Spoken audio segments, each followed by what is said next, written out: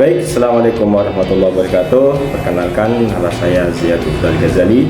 Saya merupakan dosen di Darul Ulum Banyuanyar yang saat ini sedang mengikuti program PKDP di UIN Sunan Ampel, Surabaya.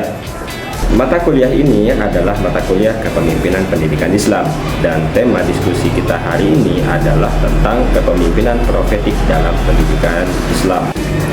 Ide atau gagasan tentang kepemimpinan profetik pertama kali disampaikan oleh Profesor Dr. Kunto Wijoyo dalam bukunya Muslim Tanpa Masjid. Menurut Profesor Dr. Kunto Wijoyo, umat Islam hari ini mengalami krisis yang sangat fundamental.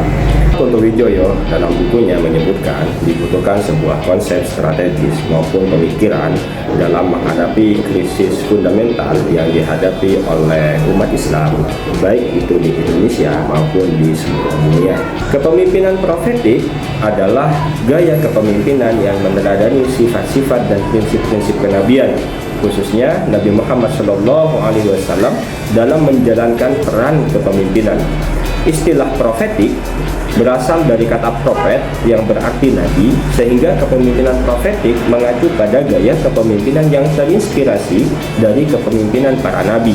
Tujuan dari kepemimpinan profetik adalah menciptakan organisasi atau masyarakat yang memiliki integritas, beretika, dan sejahtera.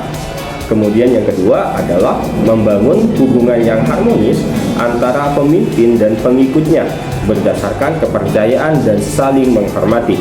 Yang ketiga adalah membimbing individu dan masyarakat menuju kesempurnaan akhlak dan spiritualitas. Dan yang terakhir adalah mewujudkan perubahan sosial yang positif dan berkelanjutan. Kepemimpinan profetik dibangun dari 3 elemen yang sangat fundamental, berupa keimanan, yang kedua adalah kasih sayang, yang ketiga adalah pemberdayaan. Karakteristik kepemimpinan profetik yang pertama adalah memiliki integritas moral dan spiritual. Kemudian yang kedua, mampu memberdayakan bukan hanya sekedar pemerintah. Yang ketiga adalah adil dan visioner. Kemudian yang keempat, memiliki kesadaran sosial dan keberpihakan pada yang lemah. Yang terakhir adalah menjadi teladan akhlak dan ilmu. Kepemimpinan profetik memiliki beberapa relevansi dalam pendidikan Islam. Pertama, karena kepemimpinan profetik berbasis nilai dan akhlak. Kemudian yang kedua, kepemimpinan profetik diharapkan mampu membangkitkan kesadaran sosial dan spiritual pendidik dan peserta didik. Kemudian yang ketiga, kepemimpinan profetik dapat meningkatkan etos kerja ataupun belajar pendidik dan peserta didik. Bagaimana mengimplementasikan kepemimpinan profetik dalam pendidikan Islam? Yang pertama, bisa dilakukan melalui pemberian teladan, misalnya dari kepala sekolah memberikan teladan kepada guru, kemudian guru memberikan teladan kepada siswa. Harapkan dengan pemberian teladan tersebut dapat membangun sinergi dan integritas antara kepala sekolah, guru maupun peserta didik. Kemudian yang kedua, strategi implementasi kepemimpinan profetik dapat dilakukan dengan membangun semangat egaliter. Dan yang ketiga adalah membangun semangat kolektif. Namun, dalam implementasi kepemimpinan profetik ditemukan 2 tantangan yang harus dihadapi. Tantangan pertama adalah budaya pragmatisme dan hedonisme yang saat ini terjadi dan terbangun di dalam masyarakat. Kemudian yang kedua, sistem pendidikan di Indonesia yang cenderung sangat birokratis. Akan tetapi, 2 tantangan tersebut bukan berarti tidak memiliki solusi. Solusi pertama adalah revitalisasi nilai profetik dalam kurikulum.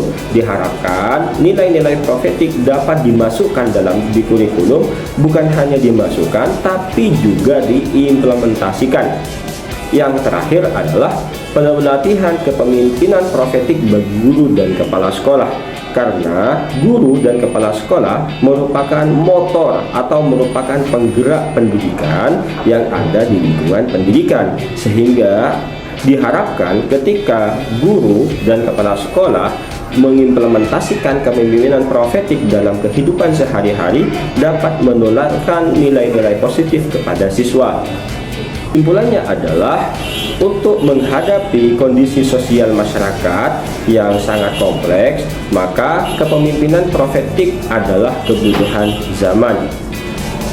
Yang kedua, pendidikan Islam perlu pemimpin yang tidak hanya cerdas, tapi juga bernilai dan bermisi kenabian.